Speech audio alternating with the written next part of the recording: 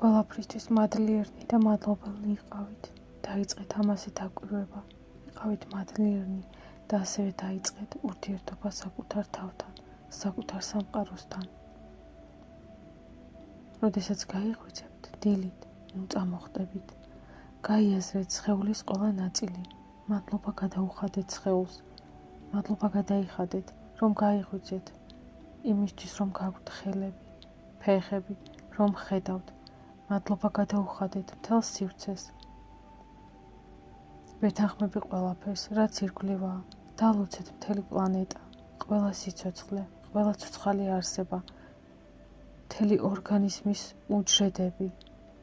ვლოცავ ჩემს დღევანდელ დღეს, ვლოცავ მთელ სივრცეს, ვლოცავ ყველა ახლობელს და მეგობარს, ვლოცავ მთელ სხეულს, ვლოცავ მთელ სამყაროს მთლიანად. მადლობელი ვარ, რომ მაქვს საშუალება ვიყო დედამიწაზე და გავიარო აქ გამოცდილება. მე ვლოცავ ჩემს არჩევანს. როცა ვლოცავ თქვენ დღეს, თქვენ ეთანხმებით, რომ ყველაზე საუკეთესო სიტუაციები მოიზიდოთ. ყოველი თქვენი სიტყვა აპროგრამებს თქვენს ცხოვრებას.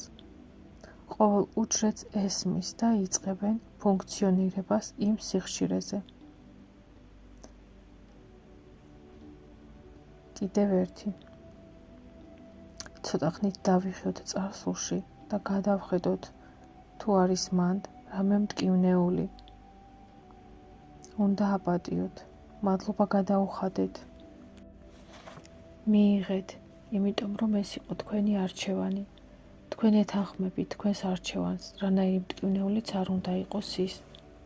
ადამიანური თვალსაზრისით, როგორი სასტიკიც არ უნდა იყოს, როცა ეთანხმები მიმღებლობით, მადლიერებით, სიყვარულით, თქვენ მოგაქვთ იქიდან თქვენი ძალა.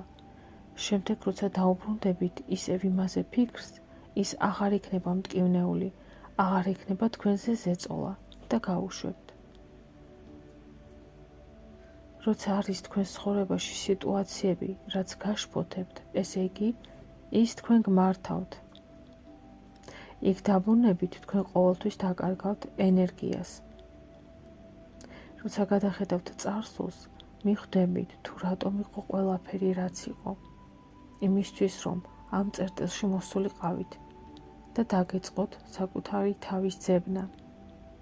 გაგებისთვის იმისა, რომ ყველაფერი ისე არ არის, როგორც ჩანს.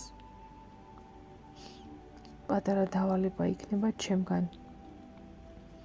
ის სიტუაცია, რომელიც ყველაზე მეტად გაწუხებთ და გაშფოთებთ, უნდა დაამიწოთ. რას ნიშნავს დამიწება? უყვებით ვინმეს, ან თუნდაც წერთ ფურცელზე, ან სადმე რომელიმე პლატფორმაზე აქვეყნებთ.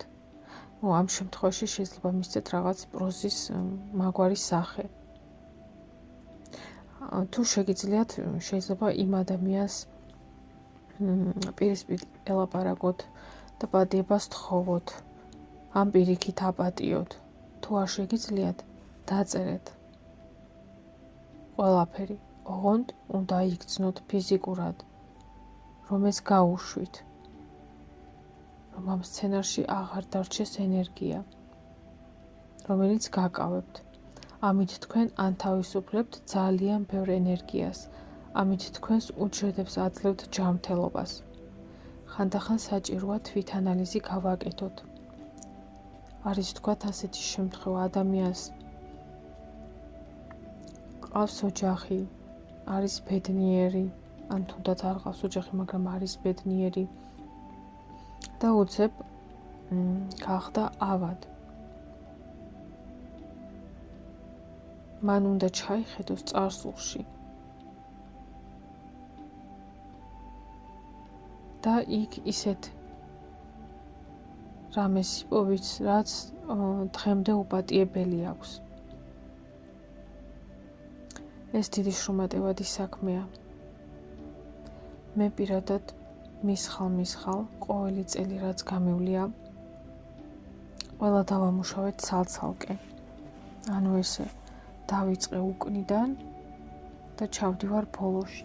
დამჩა სულ რამდენიმე წელი დასამუშავებელი. ანუ ბოლომდე უნდა ჩავიდე ჩასახვის მომენტამდე. და ანუ ეს დაახლოებით მოიცავს 2 წელს. ანუ 2 წელი დამჭირდა, ხა ბოლომდე რო ჩავალ, ესე გამოვა რომ 2 წელი დამჭირდა ამ ყველაფრისთვის. საკმაოდ შრომა, დრო, წმენა, შინაგანი ბირთვი უნდა გქონდეს, რომ არ შეწყვიტო ეს და ბოლომდე მიიყვანო.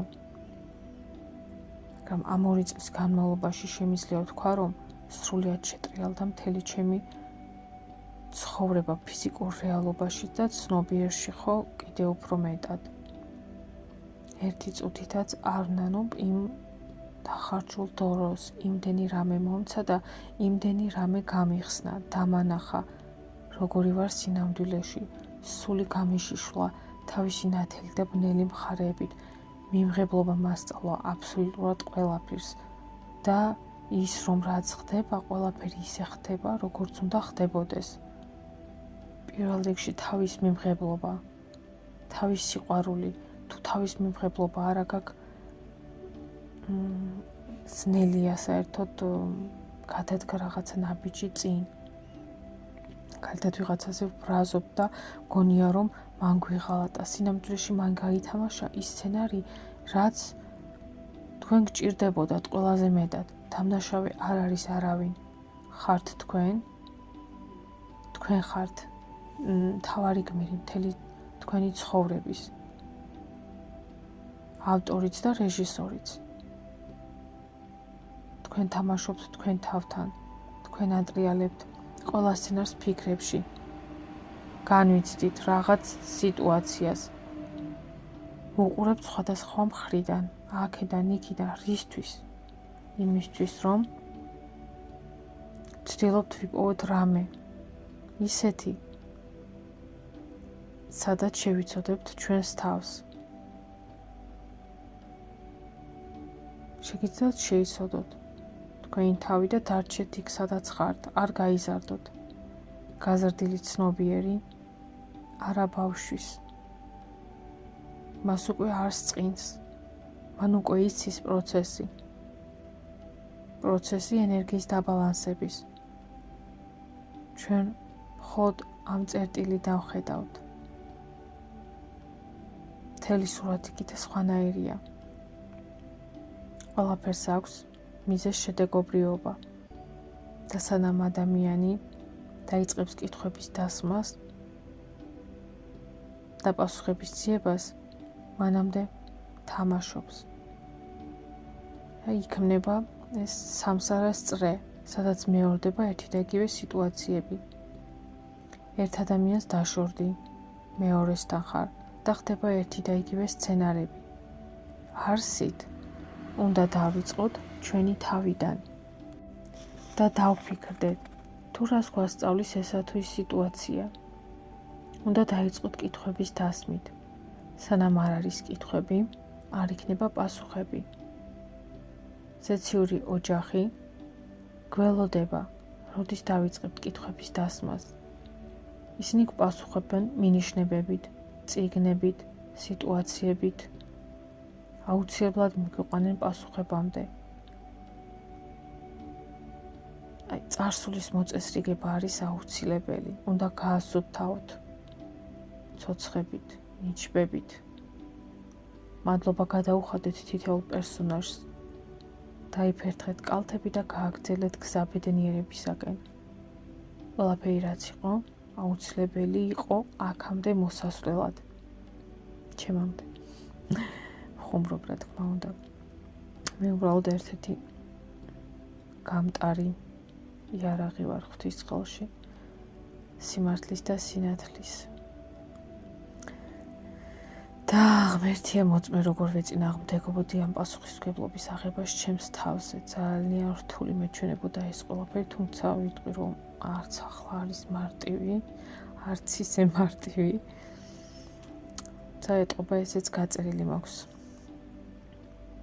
ერთ თემას შევეხები კიდევ ცოტათი.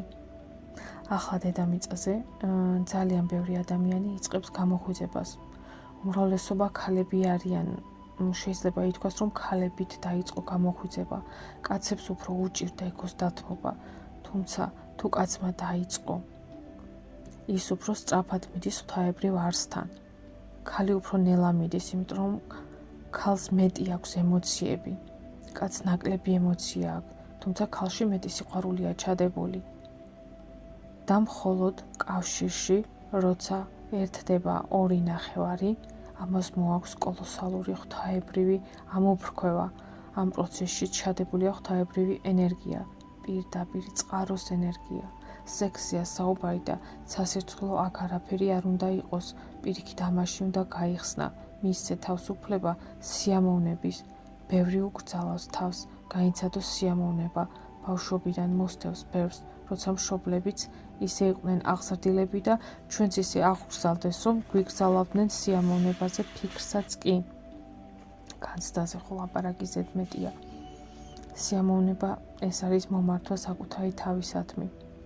თუ შეხედავთ ჩაკრებს, მე-7 ჩაკრა, 7 ჩაკრაა სულ, ანუ სვადისთანა, მეორე ჩაკრა, სექსუალური ცენტრი, ეს არის სიამოვნების ცენტრი. ურთიერთობებისგანაც, თუმცა არა მარტო ურთიერთობებისგან, მაგრამ ესეც მთავარია, სადაც ორი ადამიანი შიშულდება არა მხოლოდ სხეულით, არამედ სულითაც. როცა სულით შიშულდებით ერთმანეთის წინაშე, მაშინ გადის ღვთაებრივი ძაბვა, ასე ვთქვათ. ეს სულ სხვანაირი განცდაა, ანუ თავს აძლევთ უფლებას იყო შენი თავი.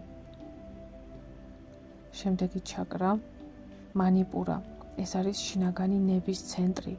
ეს არის სიამოვნება მატერიალური მხარის, სადაც ვაძლევთ თავისუფლებას ვიყოთ ბედნიერნი, მატერიის მხრივ, სადაც ვყიდულობთ საკუთარი თავისთვის, ვუკეთებთ საჩუქრებს, არ გვენანება ჩვენთვის, მაშინაც კი თუ ბოლო კაპიკია. როცა თქვენი თავისთვის რაღაცა გენანებად, თქვენ გენანებად ღმერთისთვის, იმიტომ რომ ჩვენ ყველანი ღვთაებრივები ვართ.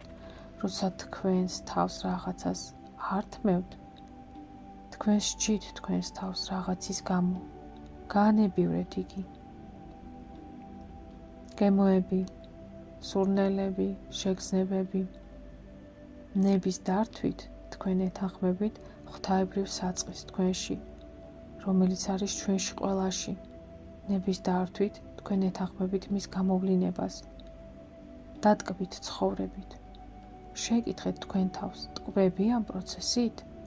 ნებისმიერ პროცესზე შეეკითხეთ თქვენ თავს, დაიწყეთ პატარით, რაც არ უნდა იყოს, თუნდაც შეეკითხეთ, აი მე თმას ვივარცხნი, ტკბები ახლა ამ პროცესით? და თუ აღმოაჩენთ მთელი დღის განმავლობაში, რომ უმრავლესობა რაღაცით არ ტკბებით და მექანიკურად აკეთებთ, მაშინ უნდა დავფიქრდეთ. ჩვენ აქ მოვდივართ, რომ დავტკბეთ და ვიყოთ ბედნიერნი. ასე იხსნება თქვენი არსი, ასე აძლევთ თავისუფლებას, იყოთ საკუთარი თავი. თქვენ უშვებთ თქვენ შუქს, შინაგან შუქს გარეთ. ასე ხდებით ბედნიერნი თქვენ და თქვენი უჯრედები. თქვენს ირგვლივ ყველა ორგანიზმი თქვენს ველზე ხედავს შუქს, რომელიც გამოდის თქვენგან და ისინი გრძნობენ ამ ენერგიას. ერთ ბედნიერს შეუძლია ბევრი გააბედნიეროს. როგორც სიცილია გადამდები. შეგიმჩნევიათ ალბათ, როცა ერთი იცინის ყველა. როცა ჩვენში არის სიყვარული, სინათლე, მადლიერება, ეს იწყებს გამრავლებას. თქვენს ირგვლივ შეიძლება ყველაფერი, ისევე როგორც თქვენ. უბრალოდ მიეცით უფლება თავს იყოთ ბედნიერნი, განიცადოთ სიხარული, მაშინაც კი, როცა რთული სიტუაცია გაქვთ, შეხედეთ მას უფრო ზევიდან, ფართო გადმოსახედიდან და დაფიქრდით, რას გასწავლით ეს სიტუაცია, საიდკენ მიჰყავხართ. ექნება მიზეზი, რომელსაც ვერ ვხედავთ და ვერ ვხვდებით ხოლმე. იყავით თქვენი თავი, დატკბით თქვენივე არსებობით. მომავალ გაკვეთილამდე. მიყვარხართ.